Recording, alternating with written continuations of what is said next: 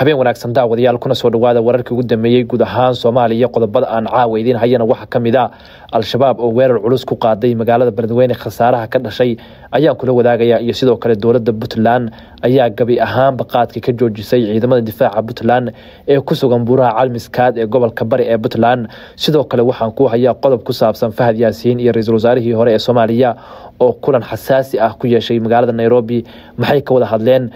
warbixinteena ayaa ku arki doontaa balse marka hore waxa ka codsanaya daawade in YouTube-kayga ku soo biirto oo subscribe dhahdo muuqaalka leega saarto gambaleelkana furato si ay ku soo gaaraanin warbixinada maalinlaha ay halka ku soo gudbino haddii aan ku bilaabo warar dheeraad ah ayaa ka soo baxaya weerar qaraxyo ku bilaamaday oo maanta al-shabaab ay ku qaadeen hotel ku yaala xaafadda Howlwadaag ee magaalada Beledweyne iyada oo saacado kadib ay ciidamada ay soo afjareen weerarkaasi hotelka qaraxa iyo weerarka lagu ekeeyay ayaa lagu magacaabayay Qaahira waxaana la sheegay inay deganayeen odayaal dhaqameed siyaasiyiin iyo saraakiil ciidan oo waday abaabul dagaal oo ka dhan ah kooxda shabaab ee ku sugan gobolka Hiiraan sida ay sheegayaan wararka 4 xubnood oo shabaab ah ayaa gudaha hotelka muddo ka dhex dagaalamayay iyada oo xubnihii weerarka soo qaaday dhammaantood halkaas lagu dilay daqiiqada kadib bajaaj laga soo buuxiyay qaraxyo ayaa lagu qarxiyay banaanka hore ee hotelka ee ku yaala magaalada Beledweyne inta la xaqiijiyay 10 qof ayaa ku geeriyootay weerarkaas oo ay ku jiraan nabadoono ka soo jeeda gobolka Hiiraan halka tira intaas ka badanna ay ku dhaawacmeen sida ay sheegayaan dadka deegaanka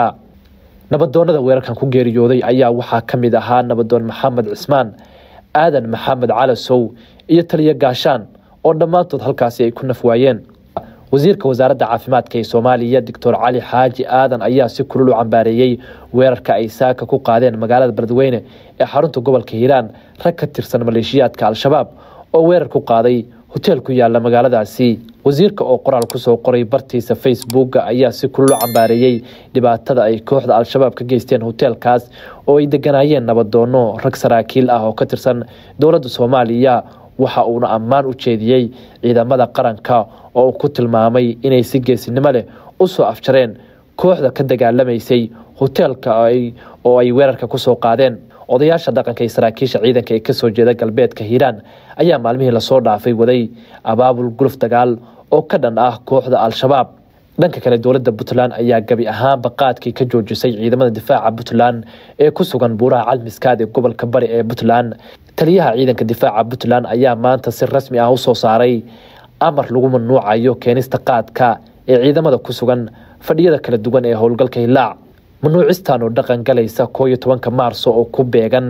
maanta ilaa 22 Maarso 2025 ayaa la sheegay inay salka ku hayso arrimo la xiriira amniga qoraal ka soo baxay taliska ciidanka difaaca Puntland oo ku saxiixan yahay taliyaha ciidanka difaaca Puntland sareeyo guuto Aadan Cabdi Xaashi ayaa lagu faray gudoomiyaasha degmooyinka Boosaaso iyo Beledweyne ganacsatada qaadka keenta iyo ciidamada ku sugan fadhiyada kala duwan ee howlgalka Hilaac inay si buuxda u qaataan amarkaas ka soo baxay taliska ciidanka difaaca Puntland